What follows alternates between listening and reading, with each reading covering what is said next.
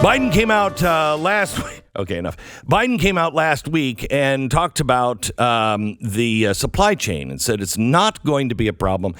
Well, let me just tell you, the Food and Drug Administration is now warning that the supply chain bottleneck is threatening the availability of over 100 pharmaceutical products. According to the website, the agency has asked manufacturers to evaluate their entire supply chain, including active pharmaceutical ingredients, finished dosed forms, and any components. They're saying that there might be some shortage of heart medications, antibiotics, and cancer drugs. But other than that, Santa Claus is coming to town. This is what Biden said. If you've watched the news recently, you might think the shelves in all our stores are empty and parents won't be able to get presents for their children on the holidays. But here's the deal. No joke. For the vast majority of the country, that's not happening. Seriously. Because of the actions of the administration that we've taken in partnership with business and labor retailers and grocery stores and now, I can't promise everybody's going to get the gift they want on time. Only Santa Claus can keep that promise. I also can't promise you that you can get your cancer treatments or your, or your blood pressure medicine or heart medicine. Because, it's not happening. Okay. I think maybe we should start taking things seriously. Has this government done anything to protect our critical infrastructure?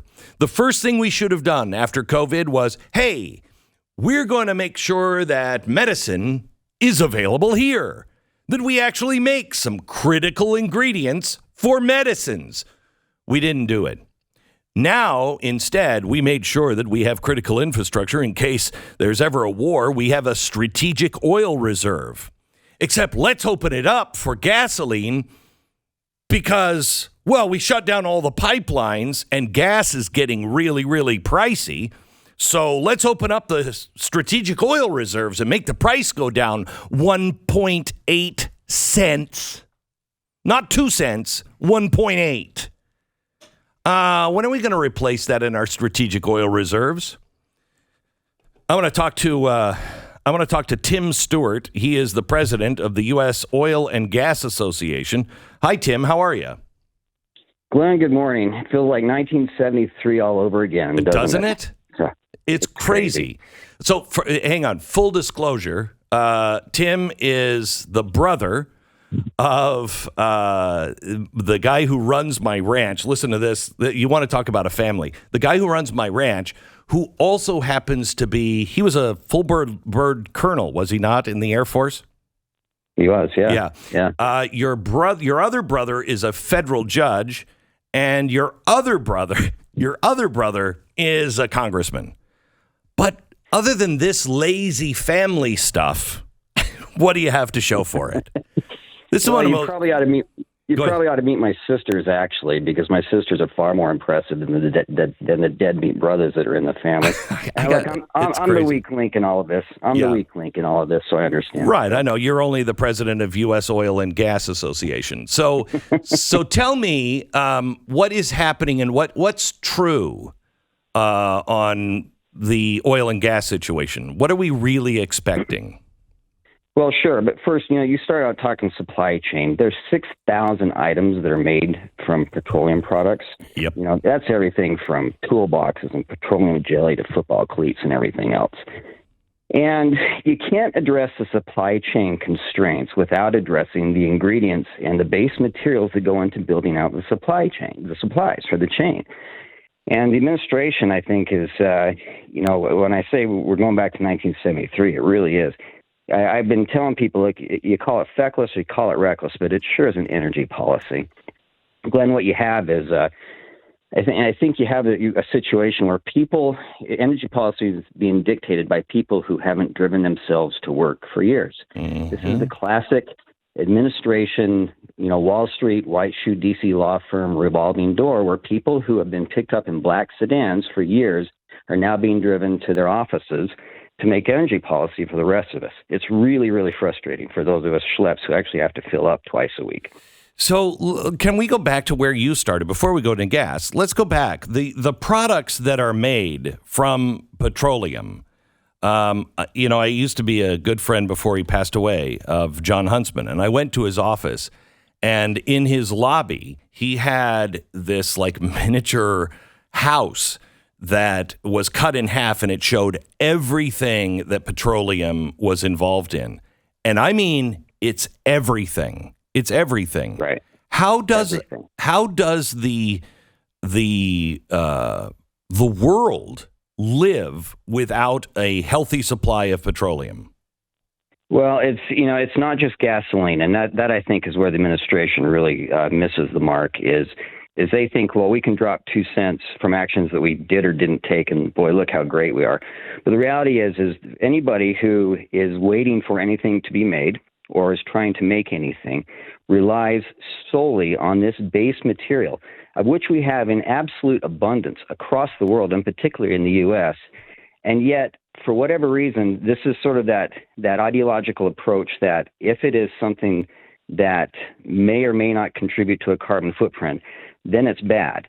And that's the whole problem, I think, is you have this administration, you have this confluence of events where administration arrives at the same time as demand is starting to increase after COVID, and that administration starts to make bad decisions on day one, and literally every week they make bad decisions with regards to how do we ensure a basic supply of the basic materials we need. Well, now we're talking, I mean, they just did, and talking about opening it up a second time, the Strategic Oil Reserve, which I'm not for when a Republican president does it. That is for strategic purposes.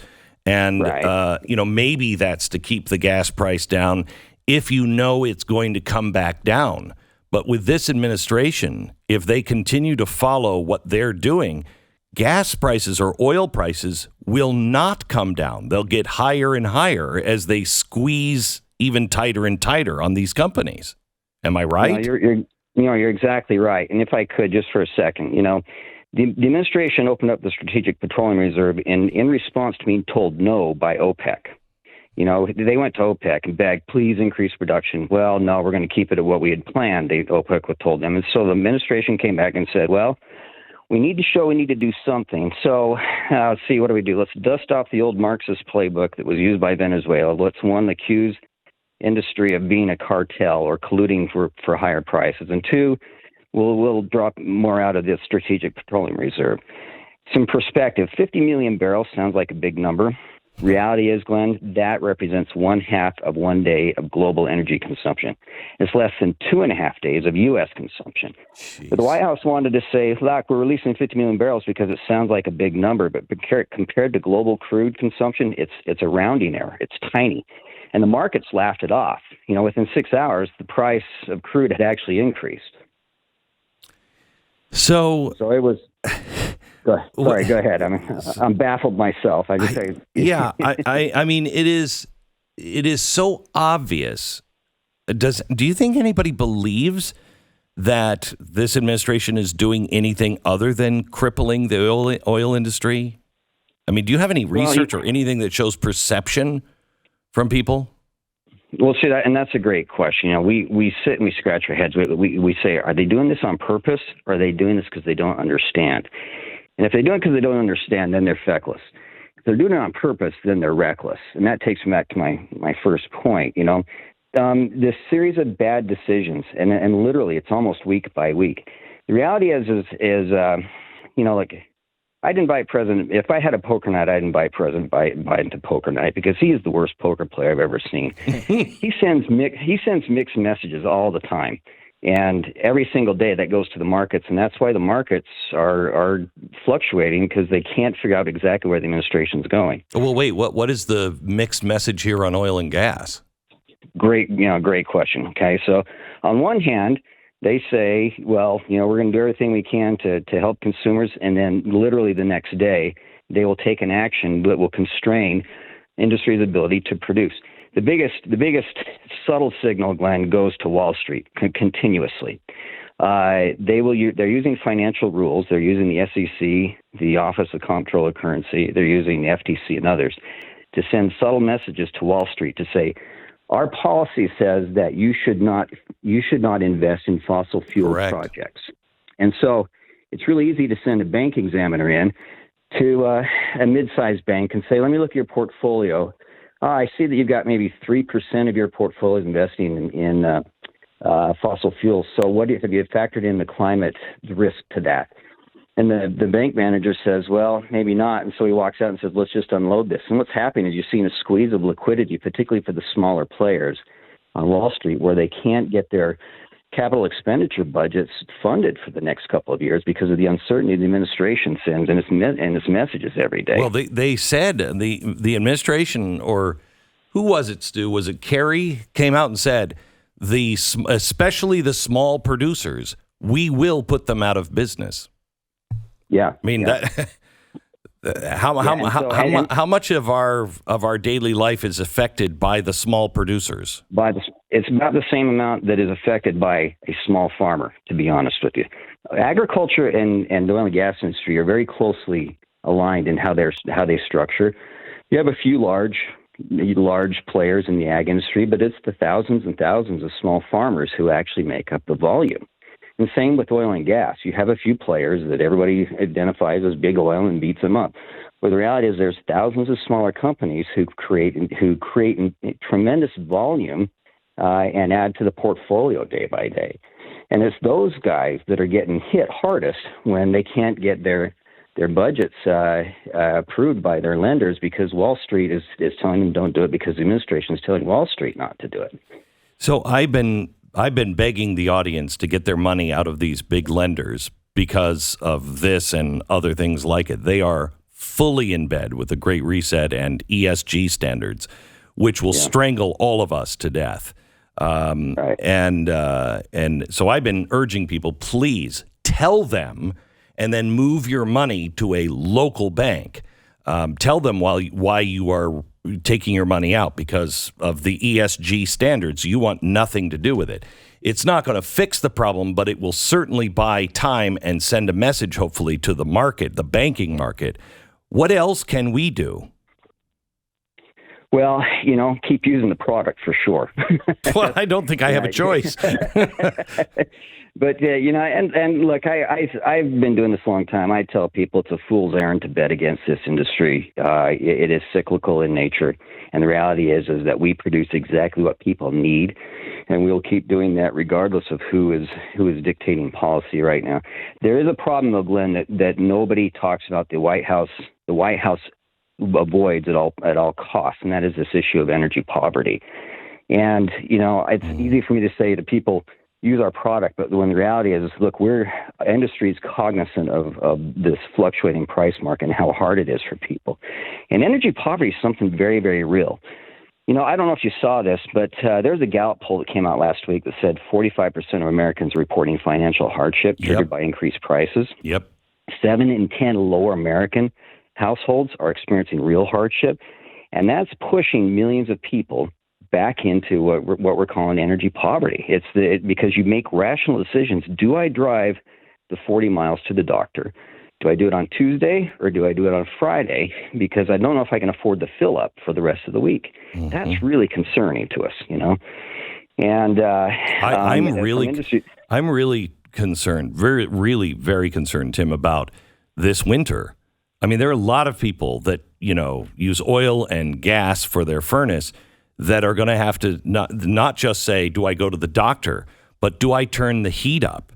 Exactly. And that's, I don't think no one in the media and certainly no one in the administration is addressing this issue, and they're pretending that it's not going to exist, but it is. It's already here. Right. And so, people say, well, what would you tell the administration to do? Glenn, I would say if I were to tell the president, I'd say, look, whatever you're going to do, don't do it. In fact, I need you to stop trying to help anymore. The biggest help you would do is to go back and undo what you've done since January. And when I said, earlier, he's a lousy poker player, all he would have to do to send a signal to the Saudis and the Russians, if he were to stand up and say, instead of, I'm going to release money or release oil out of the petroleum reserve or something else, if you were to stand up and say, I'm going to sign an executive order that removes all unnecessary regulatory impediments to industry, and get us back to where we were 2 years ago, that would send an incredibly powerful market signal. And I guarantee you that prices would drop rapidly over the next few weeks, and those Americans would be able to afford it. Talking to Tim Stewart, president of U.S. Oil and Gas Association. Tim, a couple of quick questions for you. When Barack Obama stopped the drilling, the deep sea drilling in the Gulf of Mexico, I remember talking to oil experts, and they said, those things are on long-term lease. You get rid of them, it's going to be a long time before they're able even to come back, and you just don't build a new one quickly. Can we reverse this? Is there going to be damage done in the next 3 years that is irreversible? Well, so give it some perspective. When Obama took office, the federal oil and natural gas production was about 36%. When he left, it had dropped down to about 24%, and natural gas had dropped to 13%. Jeez. And a lot of that is reflecting on not just the offshore, but also his onshore constraints. And essentially, they devalued the federal oil and gas assets to where it is almost worth nothing. The industry is very, very reticent to try and pursue any federal onshore leases in particular. It's just not worth the regulatory risk. Right. Locking up the capital for 16, 17 years. One last thing. Do you have any idea of what you think? I think gas is going to be, it just hit $5 a gallon in California this weekend. Any idea what we could be facing in the next few months? Well, a lot of that is there's so many unknowns. With that COVID variant had caused a much greater drop in crude prices than anything Biden did. But we imagine we're seeing production inventory start to stabilize. From industry's perspective, we don't like oil that's in the $80 a barrel. It's too difficult for us. And so we're doing everything we can to get production up to where it needs to be, despite the federal intervention that's there to keep us from doing that. We're hopeful we get down to Americans can get back to work and do what they need to do. Tim Stewart, president of the U.S. Oil and Gas Association. Thank you for being on with us. God bless you. Hey, that was great. You bet. Thanks, man. Talk to you later.